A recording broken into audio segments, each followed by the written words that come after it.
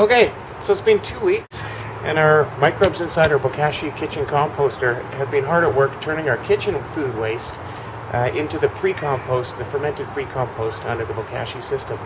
Now it's time to open up our bucket and return the fermented food waste back into the soil where it's needed. When we open the bucket, don't expect to see the rich black humus that we would normally see in a traditional composting method. We're fermenting here, and under the fermentation process, the visible nature of the food waste doesn't change initially. It will appear to be very much the same as what you put into there, but during the fermentation process, the chemical and physical properties of the food waste have been changed, and it's ready now for rapid assimilation back into the soil. But this is ready now. It's been sealed up for 2 weeks.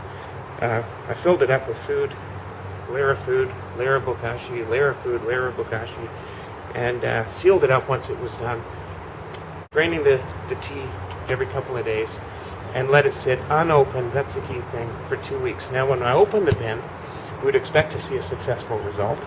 And a successful result is a mildly pleasant vinegar, sour smell to it, and the presence of white mold across the top of the food waste in the bin.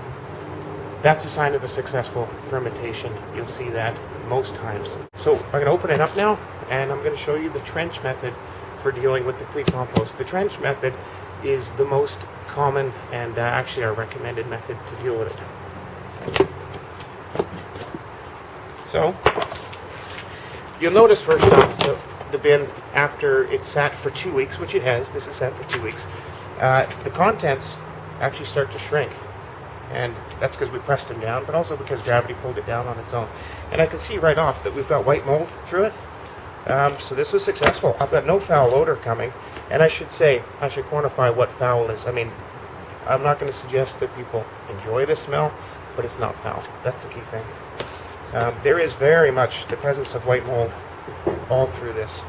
You can see a little bit of black or green or blue here and there mold. If you do, it's not a sign of a failure. It's still fine. Bear it. It's great. But if it's predominantly black, green, or blue, and again with that foul smell, don't bear it. It's going to be tossed out in the garbage at this point. You could probably bring it back to life if you enhanced it with a significant amount of more Bokashi bran and let it sit for another 2 weeks. But you don't need to do that if you don't want to. So again, trench method. We're going to bury this in the garden, mix it with some soil, backfill it with the soil that we dug out, let it sit for 2 weeks. This is the final process. This is the finishing of the pre-compost. In 2 weeks, you can plant on top of it, you can plant into it, you could dig it up, spread it around your garden if you want to. But what I'm doing, I'm picking an area of my garden that is not very healthy at the moment. It's underutilized. I'd like to grow here, but the soil has not got a lot of organic matter in it. It's a bit sandy, but it needs some enhancing, and the Bokashi compost is perfect for this. So you dig a hole about 12 inches deep. Don't get out your tape measure. It's not an exact science. But about 12 inches deep, about the width of your shovel, and about 2 feet long. If you don't have an area of your garden that's that big, you've got too many plants, or your garden is too small, then just dig holes around your plants. Get it down into there in smaller batches, but do what I'm going to show you now in smaller batches, and that will be equally successful. Now we'll just toss the bucket into the hole.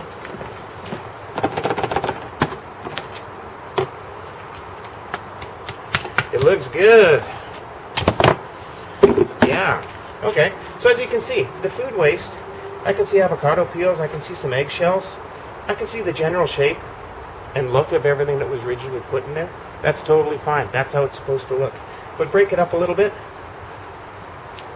And what we're going to do at this point, now it's sort of lightly fluffed up a little bit, add about 1 inch or 2 of soil across the top of it. Okay? The point is, at this point, we want to mix it with some soil before we cover it. This allows all of the flora that are in the soil to go to work and now finish the compost.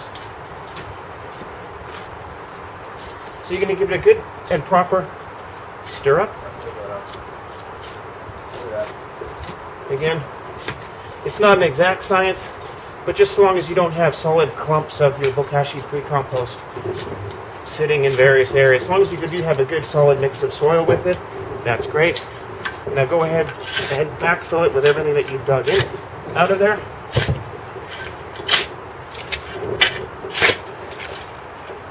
This does two things.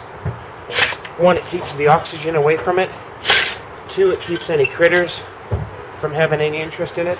Not that they should have any interest, because the fermentation process has made it unattractive to them already, but this will help too. That's it. That's the trench method. This, to repeat, it's about 2 weeks. Let it sit there.